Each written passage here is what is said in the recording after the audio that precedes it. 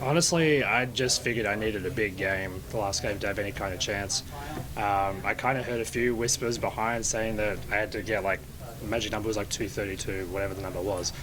So I heard that just after the front six, and that may have caused a little bit of complacency. But I just, after that, I told myself just stay clean, try and get as many pins as you can, and just wait and see.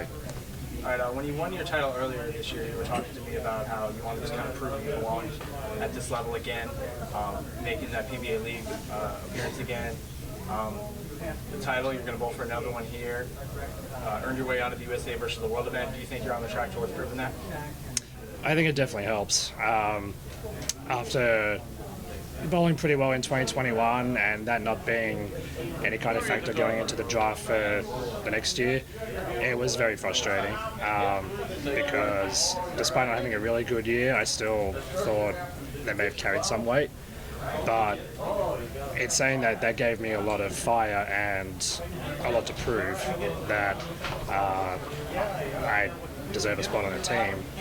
And funnily enough, after that happened, I started bowling a lot better. Going back to your point about the World Series being a grind, especially with this pattern, pair to pair, is so tricky. You have to be patient, and you can look around and see a bunch of strikes, and you look at your score, and it's like night and day different.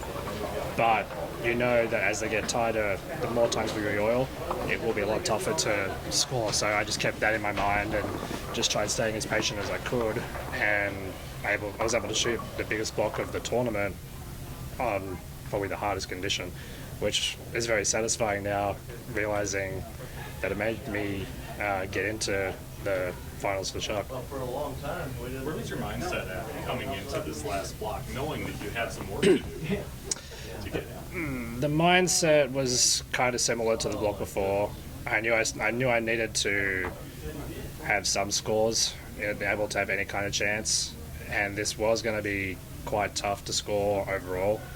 I just told myself to stay patient.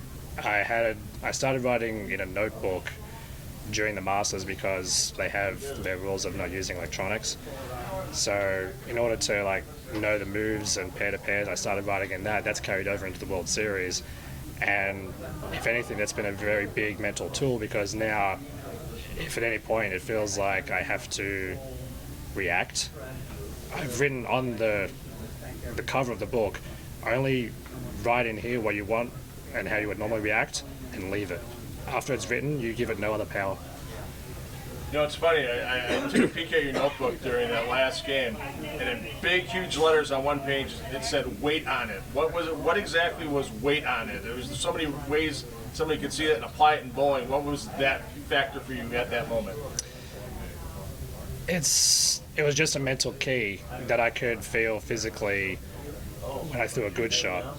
And once I identified that, it kind of snowballed from there. I was able to just tell myself, just keep waiting on it, and that produced the better shots. The ones that weren't as good, I could almost tell straight away that I wasn't able to wait on the ball, whether it was missing right, missing left, tugging, missing off my hand, it could have been anything. But having that as my biggest key, those last two blocks, obviously puts me here, and it puts me with a chance. You're in a situation that's unlike the American players here, where your friends, they're back in Australia. How do you let them share this success with you? It is very tough. Sorry. Family, I just have my dad. After losing Mum back in 2021, she wasn't able to see what's happened since, obviously. So that as well has been a very big motivator because she had sacrificed so many things to get me to this point. And there's been a handful of times since that I've thought about, like, this, I can't do this anymore. But because she had sacrificed so much financially, time-wise, and even health, she still got me to where I needed to be. And I couldn't let that go to waste. So my dad is able to watch here and there, either through Bowl TV or if we're able to get Fox Sports back home. Friends, very similar. They can watch it on Bowl TV, they can tune into Fox, they can watch it on YouTube eventually once it goes up. It's funny, I was due to go home for a friend's wedding while the World Series was on, and I was one of his groomsmen, and I said to him, look, this is just really bad timing, and I've got to do things for my sponsors, I've got to be out here bowling. And he said, look, I completely understand, this is your job, you go out there and you do that. And I said to him, I'm going to do my best to try and make it worth missing your wedding. It's funny, just after we got done, he messaged me saying that he was squealing like a girl after I struck in the 10th. So he was watching and he was happy about that, so I thought I'd give him that little recognition. I'm sure if you win, he'll be expecting a little bigger wedding gift. If I can pull that off, then there'll be some sort of delayed wedding gift for sure.